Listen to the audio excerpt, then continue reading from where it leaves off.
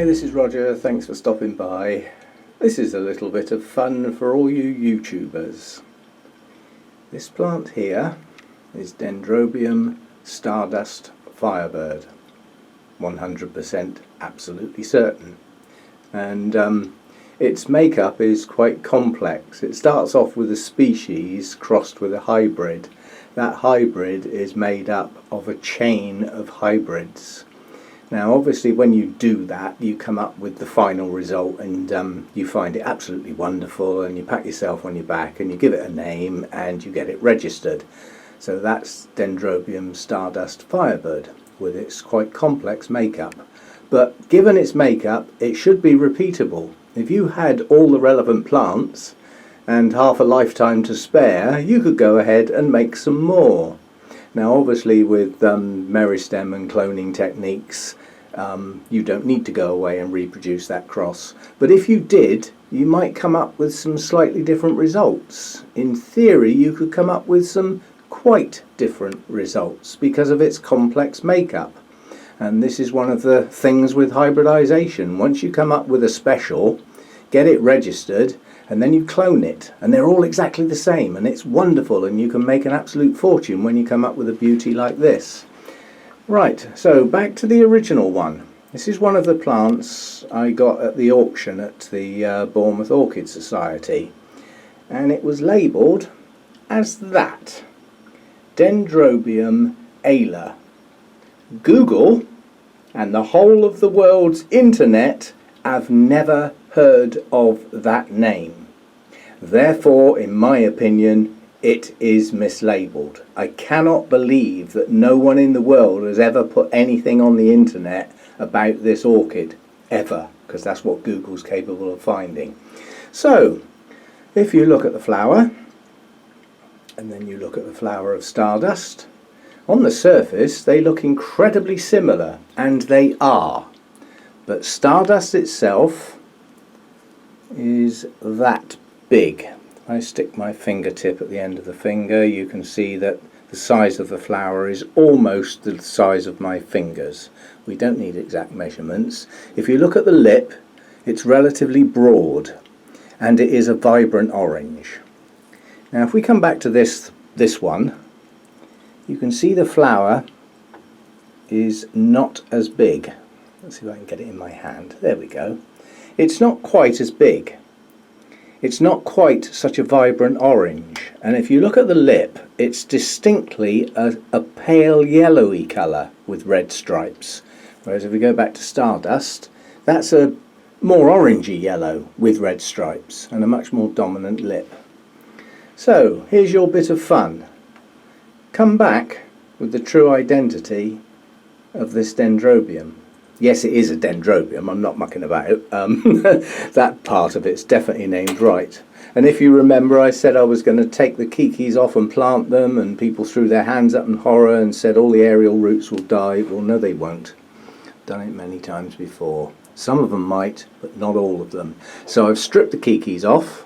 That left me with a couple of bits of main plant. All had good roots. The Kikis obviously had good roots.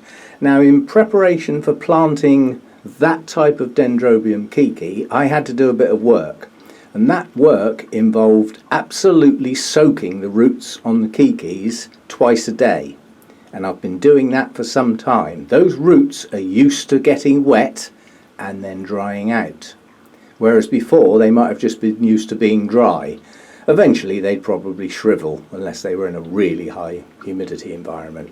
So anyway, I kept soaking the Kiki roots, they kept going green, then they dry out, then they get another go green, then they dry out. So they are very used, they've just had a good soaking now, as you can see, they go green. So despite being aerial roots, they are geared up to getting very wet. And now they're in a bark mix, they will get wet and dry with a little less air around them, I'll give it that. Okay, so that's what I've done to that plant, and basically this is going to come on to be a very, very large plant.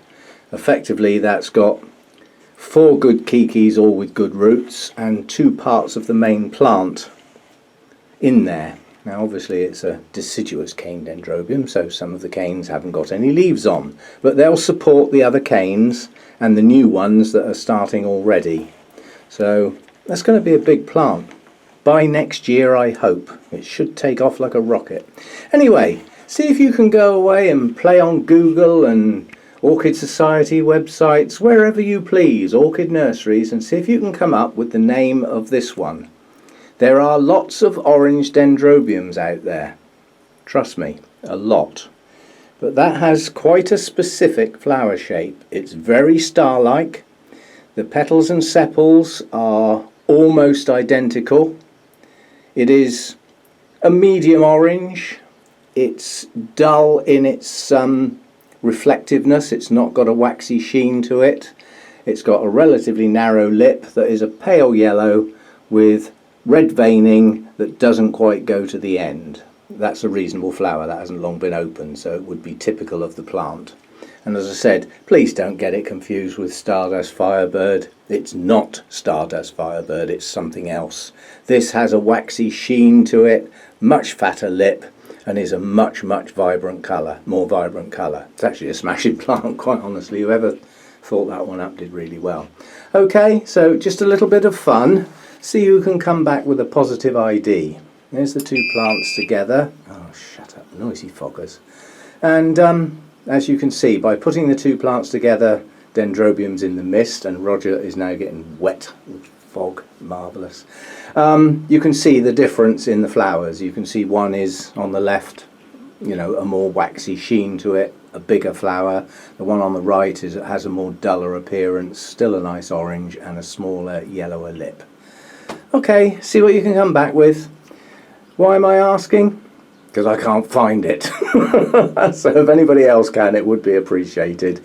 There'll be lots of guessing and lots of mucking around and lots of people coming back with plants that are nothing like it, I'm sure. But that's what I've just had to do. I've gone all over the place and I just can't find it. I can find quite a lot of things quite like it, but nothing exactly like it. Now this could be my friend at the Orchid Society messing about. He hybridizes himself and he produces seed.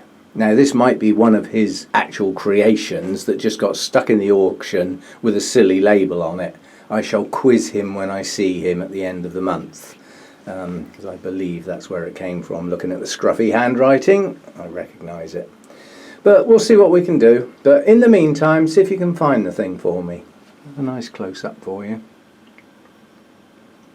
Medium-sized plant, I would say the canes, because that could be important in identification, naturally would grow to around 10 to 12 inches. They might get slightly larger, but I would say that on a well-grown plant, the canes would naturally tail off at around 12 inches. If you look at Stardust over here, there's a large cane there. The canes naturally tail off at sort of 15, 16 inches, so it is a larger plant. Okay, that's all for now. See what you can come up with, and in advance, thanks for your help. And while we're on the wonderful subject of thank yous, I hadn't noticed, but my subscriptions have gone past the 500 mark. It's crept up on me. I really hadn't noticed. I don't take much notice of that sort of thing. It's just something that happens. It's not something I strive for. But to all my subscribers, just thank you very much for getting over what a lot of people think is a magical figure, 500. I was going to make a big deal out of 1,000 when I got there, but who knows, I might never get there. But at the moment, I've crept past the 500 mark, so a little milestone. I didn't even think I'd get past the 100 mark originally. Anyway, thanks for all those who've subscribed. It is appreciated. So are your comments. They're always appreciated, and I always try and get back to you, as people who watch my channel know. I always try and put an answer. Okay, thanks for your help on this, if you can. Cheers.